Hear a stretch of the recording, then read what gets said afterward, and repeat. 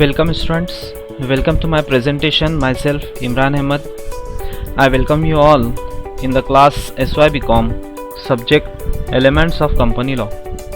Today's our topic of discussion is Situation Clause or Registered Office Clause and its alteration. हम जो है देख रहे हैं Contents of Memorandum of Association. There are total 6 contents of Memorandum of Association, जिसमें से पहले हमने name clause and its alteration पिछले वीडियो में हमने कंप्लीट किया. इस वीडियो में हम देखने वाले हैं सिचुएशन क्लॉज और registered office clause and its alteration. So let's discuss about this clause. Contents of memorandum of association section 13. जैसे कि मैंने बताया कि टोटल 6 क्लॉजेस आर देयर. पहला क्लॉज हमने कंप्लीट कर लिया है, नेम क्लॉज. सेकंड क्लॉज आज हम कंप्लीट करने वाले हैं, सिचुएशन क्लॉज और रजिस्टर्ड ऑफिस क्लॉज. ठीक है, सो इस वीडियो में हम सिचुएशन क्लॉज और रजिस्टर्ड ऑफिस क्लॉज ये कंप्लीट करने वाले हैं. So let's have a look what is mean by situation और registered office clause and its alteration. Let's discuss registered office clause और सिचुएशन क्लॉज. ठीक है, सो रजिस्टर्ड ऑफिस क्लॉज और situation clause under section 13 subsection 1B. Okay, what is mean by situation clause?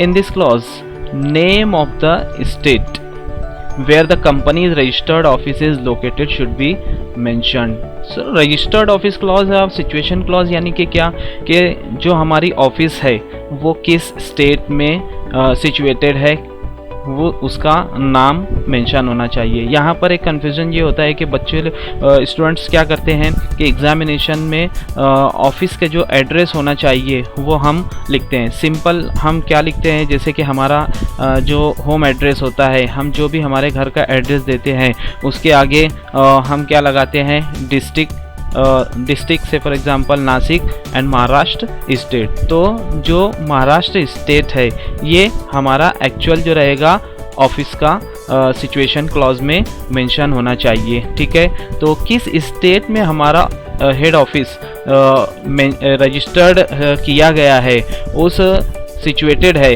उस state का नाम यहाँ पर mention होना चाहिए. That is called as a registered office clause.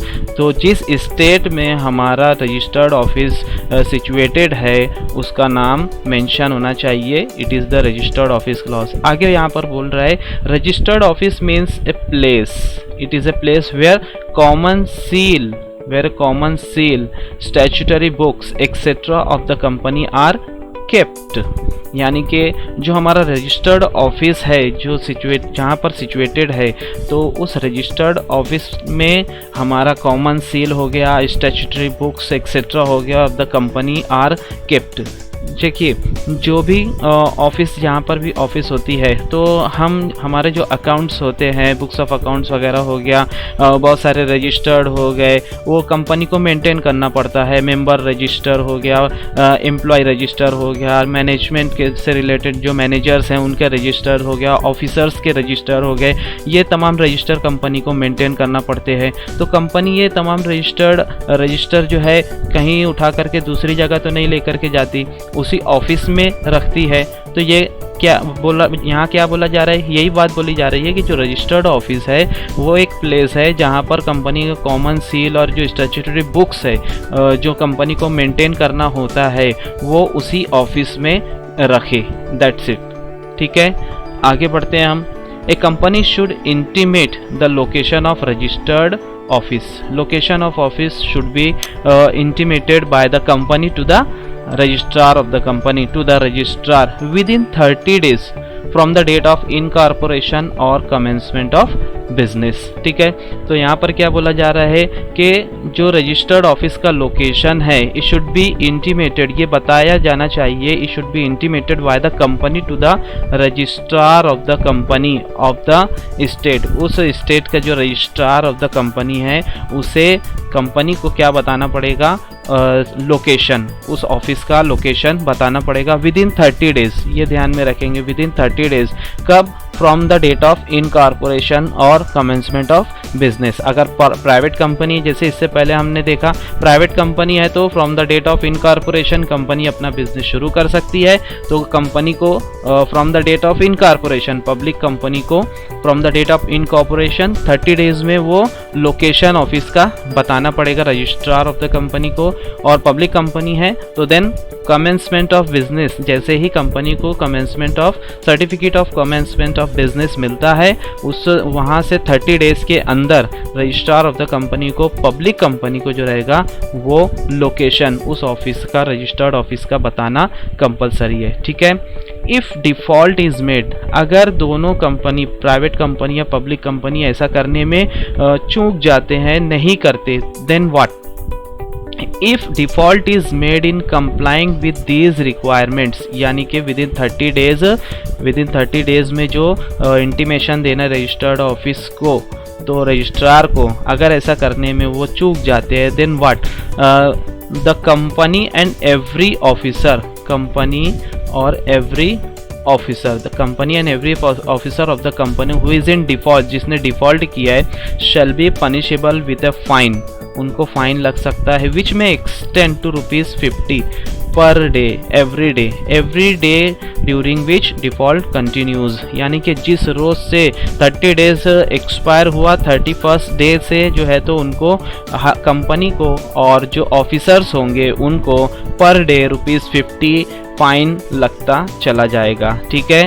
तो यहाँ पर हमने क्या देखा रजिस्टर्ड ऑफिस क्लॉज में कि the name of the state, the name of the state where the company registered office is located should be mention. ठीक है। जिस स्टेट में कंपनी सिचुएटेड है उसका नाम, रजिस्टर्ड ऑफिस का नाम, उस स्टेट का नाम जो है तो रजिस्ट्रार ऑफ द कंपनी को दिया जाए। और यहाँ सेकंड क्या बोला जा रहा है कि इट इज रजिस्टर्ड ऑफिस वो प्लेस है जहाँ पर कंपनी के कॉमन सील और बहुत सारी जो बुक्स ऑफ अकाउंट्स है वो रखे जाते हैं। ठीक है। और a company should intimate the location of registered office, company जो है प्राइवेट कंपनी हो गई या पब्लिक कंपनी, वो क्या करे? इंटीमेट करे रजिस्ट्रार को within 30 days after the incorporation और कमेंसमेंट ऑफ बिजनेस। और अगर ऐसा करने से डिफॉल्ट होता है तो कंपनी और हर वो officer who is in default shall be punishable, उनको पनिशमेंट मिलेगा क्या? कि फाइन लग सकता है ₹50 per day from the date of default. Understood? यहाँ तक समझ में आ गया आप लोगों को। आगे बढ़ते हैं हम। अल्टरेशन। नाउ अल्टरेशन क्या किस तरीके से करेंगे इसमें? अल्टरेशन अगर हमें करना है, रजिस्टर्ड ऑफिस का अल्टरेशन करना है इसमें, देन व्हाट? क्या पॉइंट्स, क्या बातें हमें ध्यान में रखता है? तो यहाँ पर हम देखेंगे सबसे पहले कि change within the same city. यहाँ पर क्या बोला जा रहा है? Within the same city अगर हम चेंज कर रहे हैं रजिस्टर्ड ऑफिस का प्लेस चेंज कर रहे हैं सेम सिटी में, देन क्या सिचुएशन, क्या कंडीशन होना चाहिए? In case registered office has to be shifted within the same city, town और village, within the same city, town or village, one place to another, all that is required of the board of directors and the notice to be given to the registrar within 30 days of the change। यहाँ पर क्या करना होगा? एक ordinary resolution company को पास करना होगा और वो ऑर्डिनरी रेजोल्यूशन पास करके रजिस्ट्रार ऑफ द कंपनी को वो क्या करे? सेंड करे with in 30 days of the change, यानी कि सेम सिटी में एक ही सिटी में एक जगह से ऑफिस दूसरी जगह शिफ्ट हो रही है सेम सिटी में, तो सिर्फ ऑर्डिनरी रेजोल्यूशन पास करे और 30 दिनों के अंदर अंदर उस चेंज, जो जगह चेंज हुई है उसका intimation registrar of the company को सेंड करे। ठीक है। तो अल्टरेशन हम इस तरीके से कर सकते हैं, कब? जब कंपनी सेम सिटी में लोकेशन चेंज कर रही है, एक ही सिटी में एक जगह से दूसरी जगह शिफ्ट हो रही है, तो सिर्फ ऑर्डिनरी रिजोल्यूशन पास करे और 30 दिनों के अंदर उसको रजिस्ट्रार ऑफ द कंपनी को दे दे। ठीक है। ये एक अल्टरेशन हो गया। नेक्स्ट सेकंड अल्टरेशन यहाँ पर हम देखेंगे सेकंड कंडीशन क्या रहेगी, change from one city to another city, यानी कि एक सिटी से दूसरी सिटी में अगर हम ऑफिस कंपनी का चेंज कर रहे हैं तो क्या सिचुएशन, क्या कंडीशन होना चाहिए। In case registered office has to be shifted from one town to another town और one village to another village within the same city, within the same state। यहाँ पर क्या हो रहा है, सेम स्टेट में एक सिटी से दूसरी सिटी, स्टेट नहीं चेंज हुई है, स्टेट सेम रहेगी। तो क्या कंडीशन है, special resolution has to be pass at the meeting of the shareholder and copy of the said resolution is to be filed with the registrar within 30 days. ठीक है, within 30 days of passing of the resolution. तो यहाँ पर हमें क्या करना है, एक सिटी से दूसरी सिटी में हमारा जो रजिस्टर्ड ऑफिस है वो ऑफिस शिफ्ट कर रहे हैं, लेकिन स्टेट यहाँ पर सेम है। यहाँ क्या बोला जा रहा है, स्टेट जो है वो क्या है, सेम स्टेट है और सिटी सिर्फ चेंज हो रही है, सेम स्टेट में एक सिटी से दूसरी सिटी। तो यहाँ पर स्पेशल रेजोल्यूशन हम पास करेंगे और उसकी कॉपी जो है तो रजिस्ट्रार ऑफ द कंपनी को विद इन 30 डेज फाइल करेंगे और उस रेजोल्यूशन की copy registrar of the company को देंगे। और इसकी notice of the new location, notice जो रहेगी, new location must be given to the registrar within 30 days of shifting the office. नए लोकेशन जो रहेगा उसकी नोटिस जो है रजिस्ट्रार को 30 डेज के अंदर देना होगी। तो यहाँ तक समझ में आया। हमने देखा एक सेम सिटी में एक एरिया से दूसरे एरिया में जा रहे हैं तो एक ऑर्डिनरी रेजोल्यूशन पास करके रजिस्ट्रार को देना है। और सेकंड कंडीशन यहाँ पर क्या है, यहाँ पर ये सेकंड सिचुएशन में हम क्या देख रहे हैं कि एक सिटी से दूसरी सिटी में जा रहे हैं लेकिन स्टेट जो है तो सेम रहेगी, स्टेट यहाँ पर क्या रहेगी, सेम रहेगी। तो क्या कंडीशन रहेगी, स्पेशल रेजोल्यूशन पास करके उसकी copy registrar of the company को सेंड करेंगे। ठीक है, और नए ऑफिस का जो लोकेशन है उसकी नोटिस भी जो है रजिस्ट्रार को विद इन 30 डेज हम देंगे। अंडरस्टूड। यहाँ तक सेम सिटी के अंदर हो गया। उसके बाद सिटी टू सिटी ये दूसरा हो गया। नाउ अब यहाँ पर क्या रहेगा, from one state to another state. यहाँ पर क्या हो जा रहा है, from one state to another state. ठीक है, तो एक स्टेट से दूसरे स्टेट में जब हम ऑफिस शिफ्ट करेंगे तो क्या कंडीशन होगी, in case registered office has to be shifted from one state to another, special resolution plus sanction of both